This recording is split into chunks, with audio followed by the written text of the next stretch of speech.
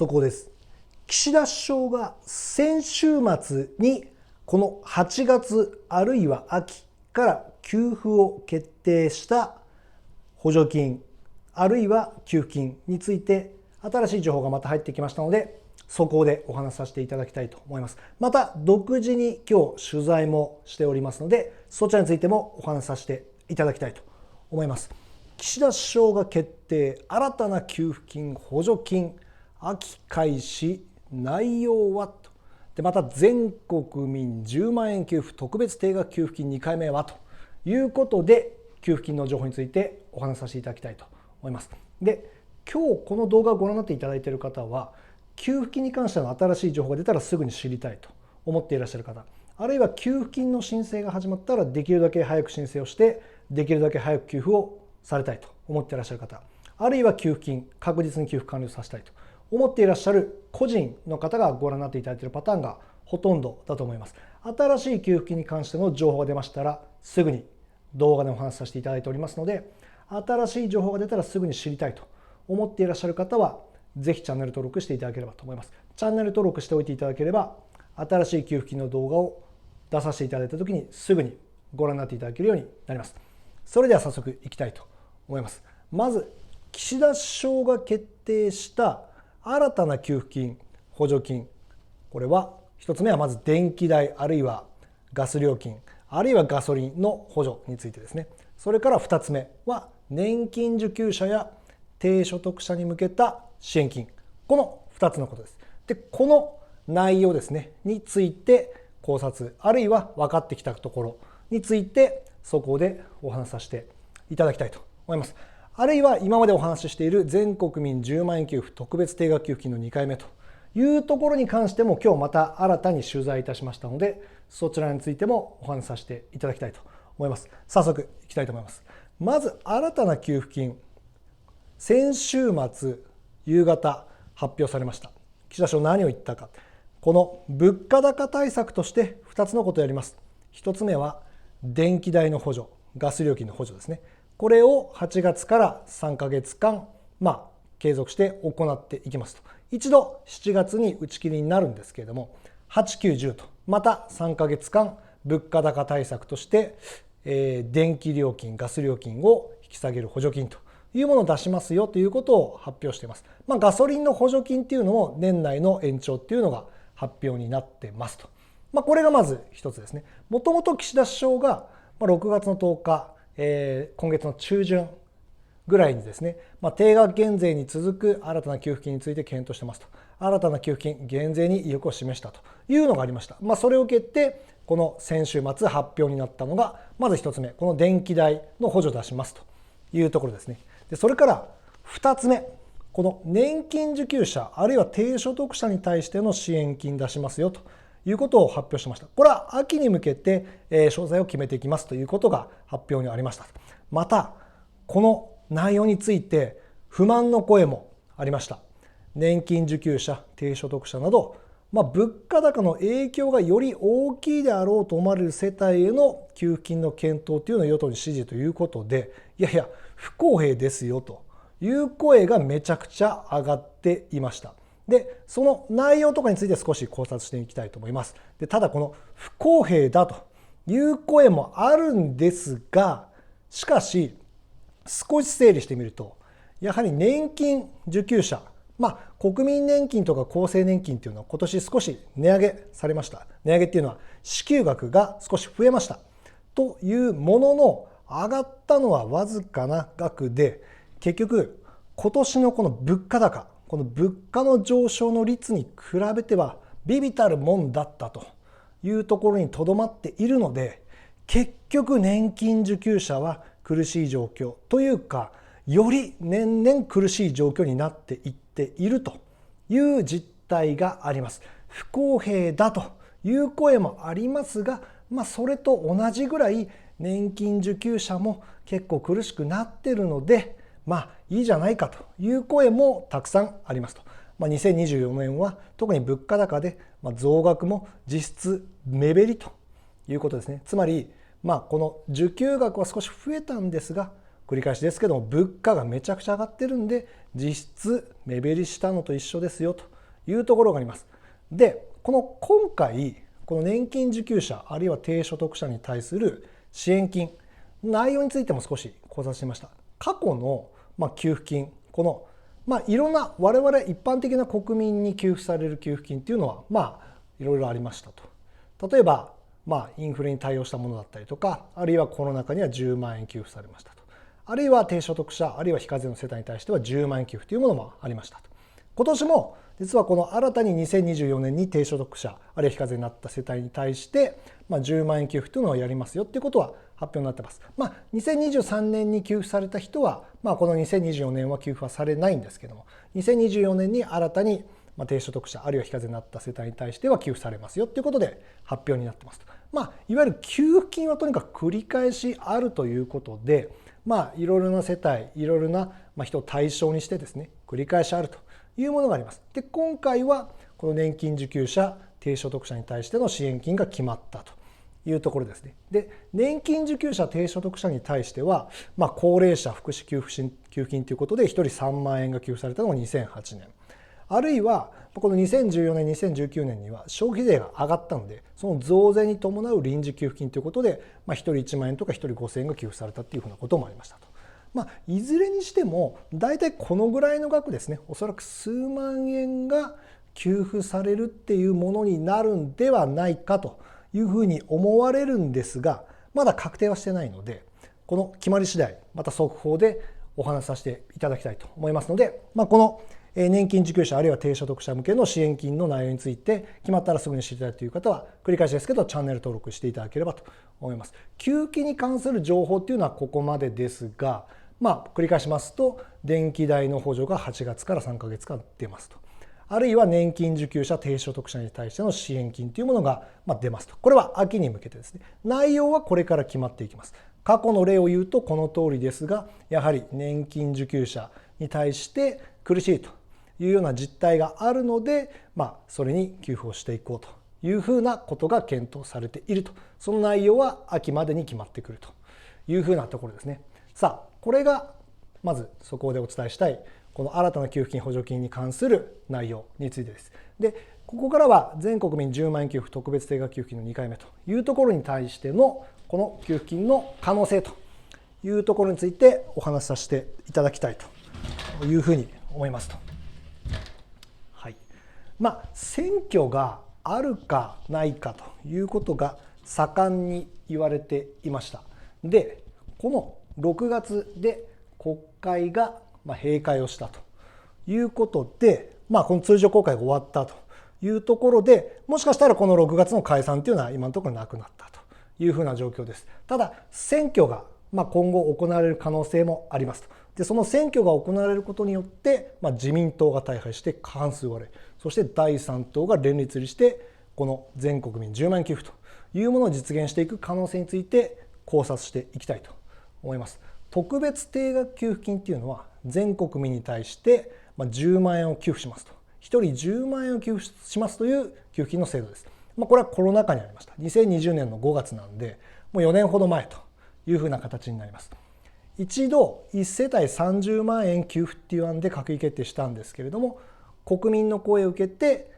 一度決めた閣議決定を組み替えて1人10万円給付ということで、改めて決まったというものがあります。国民の声を聞いて組み替えるということもあるので、我々国民がこういう給付金をやっていこうという声を上げるというのもすごい大切だということが分かります。ただこの時は自民党とか公明党で検討されたのに対して、今10万円給付というのを政策にしている政党っていうのは国民民主党であるとか、あるいはれいわ新選組に限られるということがあります。国民民主党はインフレ手当として10万円給付、あるいはれいわ新選組は春夏秋冬、春夏秋冬、1年で4回ですね、1人40万円給付するというふうなことを言っています。その財源もありますというふうに言っているんですが、ただ野党に限られるということがありますと。で、それを大逆転して給付になるシナリオについてお話しさせていただきたいと思います。まず国民の声としては、とにかくコロナ禍より苦しいっていうものがありますと。で、それは何でかっていうと、物価が上がって給料が上がってないというところですね。その結果国民生活が苦しいという状況にあるからです。コロナ禍は例えば交通に関するようなお仕事、外食に関するようなお仕事、旅行に関するような仕事、これは非常に苦しいというものがあります。それは外出制限とかありましたので、なかなかちょっと苦しかったと。ただ我々一般的な国民は、今のが苦しいと。なぜかというと物価が上がって給料上がってないからということですね。なのでめちゃくちゃ低い支持率になっていますという状況なんですが、岸田首相は今後解散をどこかでやはり行っていきたいというふうに思ってます。それは首相で居続けるためにとにかく解散をして少しでも議席を減らさずに済むと。今回裏金の問題とかあったので自民党大きく議席を減らすと思うんですが、それにしてもなんとか過半数を確保して国民の支持率が少しでも上がった状態で解散をしてなんとか過半数を確保して、自民党の総裁として再選をしたいというふうに思ってます。解散のタイミングはどこなのかというところの考察です。岸田首相はとにかく支持率アップして解散することを狙っているということですね。この6月の解散、もしかしたらなくなったんではないかと言われています。7月に東京都の都知事選があって、その後に9月自民党総裁選がありますと。でそこで新しく岸田首相が再選をして、そして解散をするんではないかというふうにも言われています。それから11月アメリカ大統領選があって、その後に12月ぐらいに解散をするんじゃないかなということも言われています。とにかく国民の支持を上げて解散をしたいと思っているんですが、今の岸田首相の最新の支持率っていうものは、6月の NHK の最新の支持率だと 21% ということで最低を更新しているということですね。で今日の読売新聞でも過去最低を更新ということで発表になってました。つまり岸田内閣の支持率というのはとにかく下がりに下がってまだ下がり続けているという状況ですと。ただ岸田首相は諦めていませんと。これ給付金の話とつながってくるんですが、何かというとこの安倍内閣の支持率、つまりこのコロナ禍の特別定額給付金の1回目2020年の5月、ここは安倍内閣でした。安倍首相でした。ただ安倍首相もやはりコロナ禍で苦しかったということで、この給付がある1ヶ月前2020年の4月の支持率は 23% と岸田首相と同じぐらい低かったということですね。やはりコロナ禍ってきつかったということもあると思います。ただこの給付がされた5月をもって支持率はなんと 38% ということで約倍増したというところがあります。岸田首相はその給付金の話とつながるというのは、なんとかいろんな給付金あるいは補助金あるいは減税というものを重ねることで、この安倍首相の行った特別定額給付金の1回目10万円給付という時の倍増までいかないまでも、とにかく少しでも支持率を上げて解散をしたいというふうに思っています。なのでいろいろな減税をやったりとか、この給付金を出したりとか、そういうことをやってきているというところがあります。ただ国民はめちゃくちゃ怒ってますと。国民生活が苦しいので当然矛先は与党である、自民党あるいは岸田首相に向くということで、めちゃくちゃ低い支持率なので、もし解散したとしても自民党を大敗して過半数割れすると。でそうなると連立政権ですね、自民党公明党で過半数確保できないので、他の政党が加わることになりますと。でそうなると、自民党公明党に近い党でいうと、最近は維新というものも言われましたが、これで物別れに終わったので、国民民主党というところがもしかしたら近いんじゃないかなと。国民民主党っていうのはそもそも自民党と政策協議したりとか、あるいは与党入りも協議されたというようなことが過去にありますので、もしかしたら自民党公明党が過半数割りましたとなったら、国民民主党が与党入りする可能性っていうのはあると思います。自民党公明党がもし大きく議席を減らすんであれば、なかなかその自民党公明党は党の代表を首相に推せないということになるので、新たに加わる国民民主党がもし少し議席を増やしたということになれば、国民民主党の玉木代表が首相として推されて、首相になるっていうパターンも考えられますと。でそうなった場合、国民民主党の政策、ピンときた方もいらっしゃるんじゃないかと思います。10万円給付を政策にしている政党ですと。インフレ手当として10万円給付、あるいは消費税減税ということを言っていますと。でこの実際に2023年去年の11月に参議院に消費税減税法案というものも提出しています。とにかく10万円給付減税をやっていこうということを政策の柱にしているのが国民民主党です。で消費税減税っていうのはやはり物を何か買うごとに必ず 10% かかってくるものなので、消費税の負担が大きいという声だったりとか、あるいはそれがもしなくなるんであれば経済的影響が持続して、そして消費の刺激になって物が売れるんだ、景気が良くなるんだという声もあったりします。そういった消費税減税もこの10万円給付というふうに、同じぐらい望まれているんですけれども、先ほど国民民主党にまた改めて取材をして聞いてみました。何を聞いたか。もしこのシナリオで国民民主党の玉木代表首相になるパターンというのもあり得ると思いますと。でそうなった場合10万円給付消費税減税ちゃんとやりますかということで聞いてみました。で伺ったところ、党の基本政策っていうのは変わらないと。細かいところは今話し合っているところだけれども、もし衆議院選挙がこの後あったとしても党の基本政策、つまり10万円給付あるいは消費税減税っていうのを政策の柱にしているというところは変わらないですというふうなお話でしたと。なるほどと思うんですが、全ては衆議院選挙にかかっているということで、この衆議院選挙なかなかひっくり返しにくい小選挙区制度の闇というものもあります。それは何かっていうと、結局地元を押しに入れてしまうということがあります。これ何かというと、もし地元の小選挙区の議員が自民党の所属の議員で、あるいは裏金をやってたということになったとしても、その議員が悪いわけじゃないしな、自民党の慣習でやってたんでしょ裏金だってっていうことで、もしかしたらキックバック受けてた、裏金やってました、あるいは自民党所属の議員ですということだったとしても、地元の人たちはその人にもう一回投票して再選させてしまうということですね。そういうことが全国津々浦々の小選挙区で起きる可能性もあります。なので裏金議員とてなかなか落選しづらいというふうなところがあったりします。結構選挙があって不祥事があった議員とかがまた再選してきたりすると、その地域の人が民度が疑われるとかいうことはみんな思ったりするんですが、意外と地元の推している議員っていうのはやっぱり地元の人たちも愛着があるので、また再選させてしてしまうということですね。それから与党アドバンテージっていうのもあります。でこれは何かっていうと、自民党が政権交代されてしまうと、野党になってしまうというところまで想像できないのであれば、地元の選挙区の議員、当選する議員は与党の議員であってほしいと。で与党の議員が地元の議員であった方が、地元にとっていい政策をしてくれたりとか、あるいは実際にいいことがあるかもしれないので、その与党の議員であってほしいと思うようなことですね。そういった与党アドバンテージっていうものもありますというところで、裏金議員すら再選しがちという闇があります。ただ本当に国民は今回怒ってますということで、衆議院選挙の結果の予想をしてみましたと。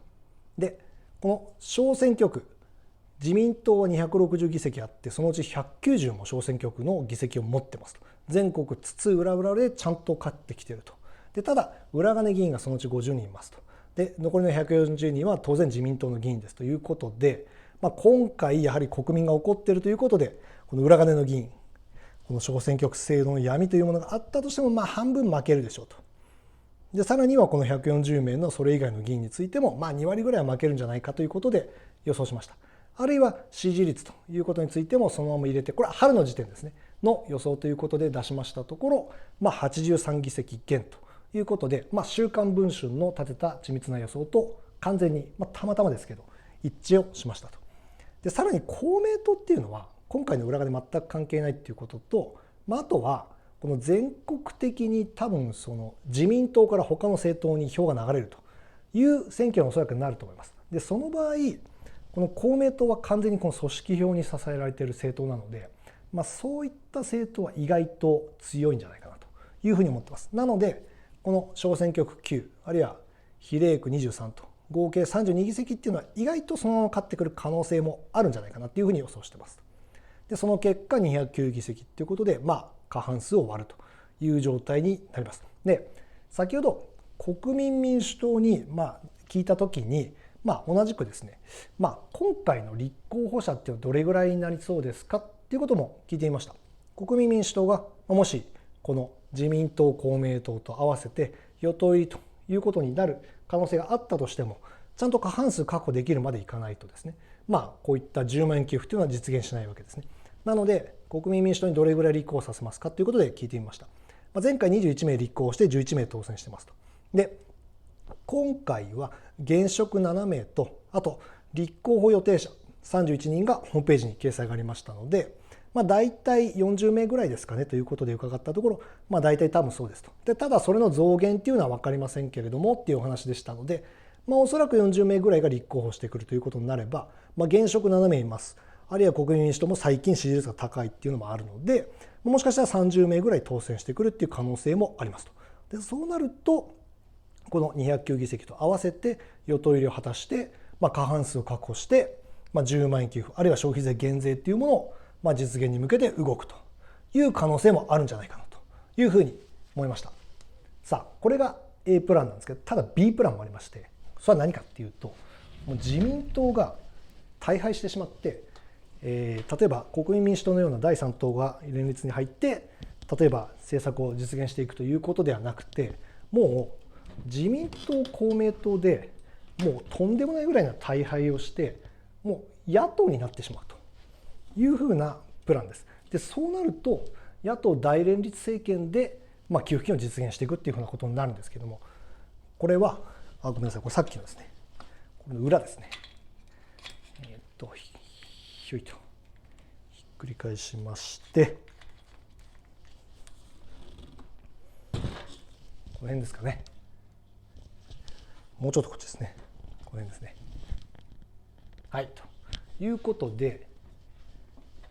9月解散自民党大敗、もし解散したとしても自民党が大敗して政権交代させられてしまうと。そして給付金の給付が早まる。給付金の給付が早まるというのはどういうことかということについてご説明しますと。4月の11日に週刊文春が近い未来の現実を見せた。つまり緻密な予想を立てて自民党が大敗するということを予想したということですね。全選挙区について予想しました。そして緻密に2021年の衆議院選挙、あるいは2022年の参議院選挙の得票数だけでなくて、政党の支持率の変化から導き出した今のトレンド、あるいは勝敗がわからない103の激戦区については有力候補の講演会など現地の取材もやったと。でその結果、これ以上は無理なぐらい緻密に予想を立てた結果、自民党の大敗を予想していると。でどれぐらい大敗するか、自民党公明党で過半数割れすると、野党の大連立政権も可能になるっていうぐらい予想を立てたということですね。で今まで政権交代まではないと思われてたんですが、その緻密に立てた予想の結果、これはあるぞというふうに政権交代がある前提で動き出したということですね。で4月の22日には週刊現代も追撃法で同じレベルの大敗を予想したと。同じぐらい緻密に予想を立てて、全選挙区ですね、緻密に予想を立てて同じレベルの大敗を予想出したということですね。まさに週刊文春あるいは週刊現代が自民党をぶっ壊すということで、この自民党の大敗が予想されるようになったということですね。でこの給付金の給付が早まるというのはどういうことかっていうと、これはいわゆる自民党公明党で、あるいは先ほど言った国民民主党が第3党に入って、給付金を実現していくっていうことになると、とにかく予算はどうするかと、つまりその財源はどうなるかっていうことを気にされて、結局予算に鑑みて10万円給付っていうものがなかなかできないという可能性もあったりとかします。なぜかというと第3党で入るからですね。第1党で政権を維持していくっていうふうなことではないので、なかなか存在感出せずに、もしかしたら10万円給付っていうものも国民民主党が押し切れずできないということになってしまう可能性もありますと。でそれに対して野党大連立政権になると実現の可能性が高いと思ってます。なんでかっていうと、野党っていうのはこの政策の柱が大体国民に還元するということが多いからです。給付金だったり減税だったり、そういったことを政策の柱にしている政党がめちゃくちゃ多いです。というかほとんどですと。例えば国民民主党は10万円給付言ってますと。れいわ新選組春夏秋冬10万円給付、その財源もありますと言ってますと。で維新ベーシックインカム、ちょっとベーシックインカムをちょっとこの後お話ししますけれども、そういったことを言ってると。つまり毎月6万円とか10万円とか給付しますということを言ってますと。あるいは立憲民主党も1世帯当たり3万円給付ということを言ってますと。つまり野党はこういった国民に還元するっていうことを政策の柱にしている政党が多いので、野党で実現していくっていうことももしかしたら可能性が高い、あるいは給付金の給付が早まる可能性も高いんじゃないかなというふうに思ってますということですね。でもしこの9月に解散をしないと起こることっていうのは、自民党の支持率がさらに下がって野党の準備っていうのは、一番の準備っていうのはとにかく立候補者を立てるってことですね。自民党の対抗馬を立てるという準備が進むので、さらに自民党がますます政権交代され負けてしまう、大敗してますます政権交代の可能性が高まるということですね。でそうなると自民党にいたんでは、このままもしかしたら負けてしまうということになれば、自民党の離党ドミノ、自民党の議員の離党ドミノまでもしかしたら起きるんじゃないかなというふうに思ってます。で最後にベーシックインカムって何ってとこなんですけども、これは日本維新の会が言ってる、所得制限なく、性別とかもちろん年齢制限もなくですね、全国民一定額を定期的に、つまり毎月定額を給付すると、継続して給付するっていうことを、政策の柱にしてますと。でそれはどれぐらいかというと、国民1人当たり毎月6万円とか10万円を給付しますと。年間120万円にもなるんで、これは国民全員でいうと年間150兆円規模の予算になってくるんですけども、これは何も6万円とか10万円とかを必ずただプラスして払いますよってことじゃなくて、今国民年金とか払ってると思うんですけど、その国民年金の受給っていうのは多分65から始まるんですね。で65に受給が始まる老齢基礎年金っていうのがあると思います。でその老齢基礎年金とこのベーシックインカムというものを合わせて国民1人当たり毎月6万とか10万円とか給付するっていうふうな制度にしていこうじゃないかっていうふうなことを政策の柱にしているというところですね。はい、でごめんなさい、最後にもう一個、なんでこの1回の選挙でこんな急激に変わる可能性があると思われているのかと、こんな緻密に予想を立ててこの大敗をすると、なんでそんな予想が出るのっていうことなんで、1回の選挙でなんでそんなに負けるのっていうことなんですけど、これはインターネットが普及したというところと YouTubeあるいはスマホが普及したというところに他なりません。情報の発信者、つまり政治家も今もう YouTube やってない人の方が珍しいぐらいですね。例えば NHK 党の立花党首とか、YouTube で情報発信有名ですけれども、例えばその NHK 党でいうとガーシー議員といったような議員も当選したいということがありました。でその政治家がめちゃくちゃ YouTube を使って発信するようになったということと、あるいは受け手高齢者であるとか、我々一般的な国民もそうなんですけども、高齢者にもスマホが行き渡って、あるいは高齢者も YouTube を見るようになったということですね。でそれに先ほど言った政治家が YouTube を使って発信するっていうのが当たり前になってきたので、情報の発信者、情報の受け手もスピーディーに情報が受け取れるようになったということで、例えば自民党が裏金やってました、不祥事やってましたということで、すぐに情報が伝わって、じゃあもう他の政党に入れようということで一気に変わると。例えば恣意的なですね、報道機関の恣意的な、例えば新聞とかテレビによる恣意的な報道とか、あるいはゆっくり伝わって、ゆっくり変わっていくということではなくて、一気にインターネットを使って伝わるようになったので、一気に1回の選挙でこの政権交代というところまで起きるんじゃないかなというところが実現になるようになってきたというところですね。スピードアップが図られたということです。さあいくつかのプランについてお話しさせていただきましたけど、この給付金の動画っていうのはかなりたくさんの人にご覧になっていただいてます。出させていただくと本当にたくさんの方にご覧になっていただいて、本当にたくさんコメントも入れていただいてます。でたくさん見ていただいてるってことは、多分政治家の方もたくさんご覧になっていただいてると思うので、ぜひ我々の声を少しでも届けたいというふうに思ってます。なのでコメントにもう本当賛成反対の一言だけでも構いませんので、ぜひ一言でもご感想を入れていただいて、我々の声、我々の意見っていうのを少しでも政治家に届けて、できたらいろんな給付金、あるいはいろんな政策について実現をしていきたいなというふうに思ってますので、ぜひ一言でもいいので入れていただければなというふうに思います。それから新しい給付金の情報が出ましたら、すぐにこのように動画でお話しさせていただきますので、新しい動画出たらすぐに見たいという方はぜひチャンネル登録をしていただければというふうに思います。最後までご覧になっていただきましてありがとうございました。